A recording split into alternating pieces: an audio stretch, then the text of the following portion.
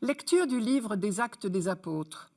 Le jour de la Pentecôte, Pierre, debout avec les 11 autres apôtres, éleva la voix et leur fit cette déclaration. « Vous, Juifs, et vous tous qui résidez à Jérusalem, sachez bien ceci, prêtez l'oreille à mes paroles. Il s'agit de Jésus, le Nazaréen, homme que Dieu a accrédité auprès de vous, en accomplissant par lui des miracles, des prodiges et des signes au milieu de vous, comme vous le savez vous-même. Cet homme, livré selon le dessein bien arrêté et la prescience de Dieu, vous l'avez supprimé en le clouant sur le bois par la main des impies. Mais Dieu l'a ressuscité en le délivrant des douleurs de la mort, car il n'était pas possible qu'elle le retienne en son pouvoir. En effet, c'est de lui que parle David dans le psaume. « Je voyais le Seigneur devant moi sans relâche. Il est à ma droite, je suis inébranlable. C'est pourquoi mon cœur est en fête et ma langue exulte de joie. Ma chair elle-même reposera dans l'espérance. Tu ne peux m'abandonner au séjour des morts, ni laisser ton fidèle voir la corruption. Tu m'as appris des chemins de vie. Tu me rempliras d'allégresse par ta présence. » Frères, il est permis de vous dire avec assurance, au sujet du patriarche David, qu'il est mort, qu'il a été enseveli, et que son tombeau est encore aujourd'hui chez nous. Comme il était prophète, il savait que Dieu lui avait juré de faire asseoir sur son trône un homme issu de lui. Il a vu d'avance la résurrection du Christ, dont il a parlé ainsi. Il n'a pas été abandonné à la mort, et sa chair n'a pas vu la corruption. Ce Jésus, Dieu l'a ressuscité, nous tous nous en sommes témoins. Élevé par la droite de Dieu, il a reçu du Père l'Esprit Saint qui était promis, et il l'a répandu sur nous, ainsi que vous le voyez et l'entendez. Cela se passe le matin de Pentecôte, l'année de la mort de Jésus. Jérusalem grouille de monde. Comme chaque année, des pèlerins sont venus de partout pour cette fête de Pentecôte. Ce sont des Juifs. Et s'ils sont venus en pèlerinage à Jérusalem, c'est parce que, tout comme Pierre et les autres apôtres de Jésus, ils partagent l'espérance d'Israël. Tout au long du trajet, et ils viennent parfois de très loin, ils ont chanté les psaumes en suppliant Dieu de hâter la venue de son Messie. Et précisément, Pierre s'appuie sur cette espérance pour annoncer « Ce Messie que vous attendez, il est venu. Nous avons eu le privilège de le connaître. Dieu a accompli sa promesse. Le nouveau monde est déjà commencé. »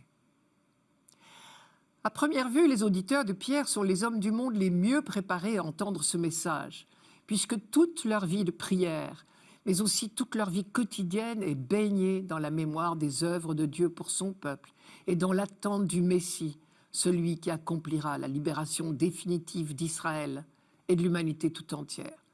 Et donc Pierre insiste dans son discours sur cet aspect de continuité de l'œuvre de Dieu, qui est pour lui une évidence. Et je crois que c'est très important que nous retrouvions, nous, ce sens de la continuité de l'œuvre de Dieu si nous voulons approcher la Bible. En même temps, les auditeurs de Pierre sont aussi les moins préparés à accepter ces paroles, précisément parce que s'ils attendent le Messie depuis toujours, ils ont eu le temps de se faire des idées sur lui, des idées d'hommes. Or, Dieu ne peut que surprendre nos idées d'hommes. L'un des aspects les plus inacceptables du mystère de Jésus pour ses contemporains, c'est sa mort sur la croix. Le vendredi saint, Jésus, abandonné de tous, semblait bien maudit de Dieu lui-même. Il ne pouvait donc pas être le Messie, du moins selon les idées des hommes. Et pourtant, les apôtres l'ont compris le soir de Pâques. Il était bien le Messie envoyé par Dieu. S'ils l'ont compris, c'est parce qu'ils ont vu Jésus ressuscité, ils l'ont côtoyé. Alors seulement, ils ont pu s'ouvrir aux pensées de Dieu et comprendre la mission de Jésus. Pierre sait bien tout cela, et c'est pour cette raison qu'il insiste sur l'accomplissement du projet de Dieu en Jésus.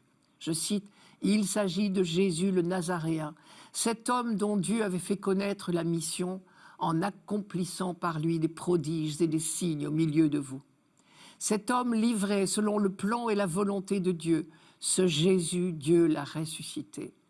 Élevé dans la gloire par la puissance de Dieu, il a reçu de son Père l'Esprit Saint qui était promis. » Et Pierre termine en faisant appel à l'expérience de ses auditeurs. Il leur dit, c'est ce que vous voyez et entendez.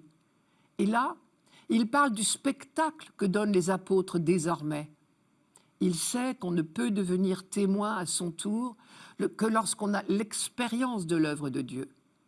Pour les auditeurs de Pierre, qui n'ont pas été directement témoins de la résurrection, la seule expérience possible, c'est celle de voir et entendre les 12 apôtres transformés par l'Esprit Saint, à commencer par Pierre lui-même, lui qui avait succombé à la peur pendant le procès de Jésus, au point de le renier publiquement, le même qui, après la mort du Christ, se calfeutrait avec les autres disciples dans une salle verrouillée. C'est bien le même que nous retrouvons aujourd'hui, 1 mois et demi plus tard, et cette fois, il improvise un grand discours devant des milliers de gens. Celui qui avait renié son maître il n'y a pas si longtemps se réjouira bientôt d'être persécuté pour avoir trop parlé. C'est certainement l'un des plus grands miracles des Actes des Apôtres. Et quand je dis miracle, je veux dire que cette force toute neuve, cette audace, Pierre ne la puise pas en lui-même. Elle est don de Dieu.